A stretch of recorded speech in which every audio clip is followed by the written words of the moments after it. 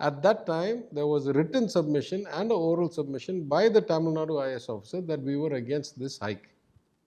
Subsequently, all those recommendations were taken up by the GOM or the GST subcommittee on rate rationalization. At that point, many discussions were held. Though Tamil Nadu is not a member, I am not a member, I sent in a written submission saying that we oppose this hike. At that time, there was a written submission and an oral submission by the Tamil Nadu IS officer that we were against this hike. Subsequently, all those recommendations were taken up by the GOM or the GST subcommittee on rate rationalization. At that point, many discussions were held. Though Tamil Nadu is not a member, I am not a member, I sent in a written submission saying that we oppose this hike.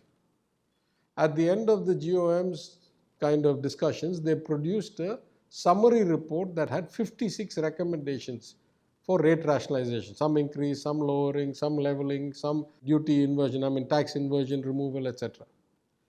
During the full GST Council meeting in Chandigarh, which lasted 1.5 days and had something like 20 agenda items, of which one of those items was this entire 56-item GOM recommendation report.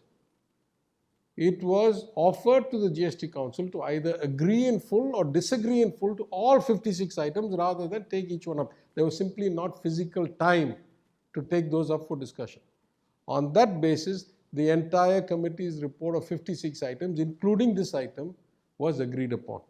So, though the Union Finance Minister explained this fully in the social media and outside Parliament, in the Parliament she glossed over the fact that it was this three-step process and just made it look like it was a single decision on a single item that was put to vote. It was not. The collective 56 items were put to vote. If so, why did the TN government agree? Do you think there is a fundamental flaw in which the GST implemented and the council is functioning?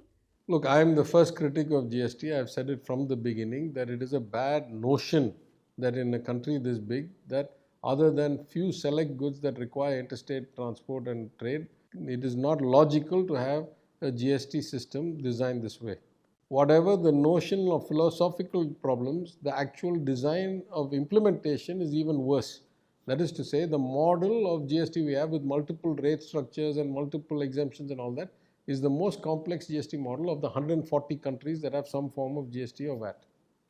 Worse than that was the rush to implement it overnight and for dramatic effect hold a midnight session of Parliament and all that, and then found thousands of flaws in the system. Even worse than that is the way it operates. From the lack of attention, from the lack of regular meetings to the lack of good processes, we have a situation where the design of voting rights is so fundamentally flawed. Though it is held up as a model of federalism, in fact it is anything but. It is a clear way of the union government to do whatever they want using this council as a rubber stamp.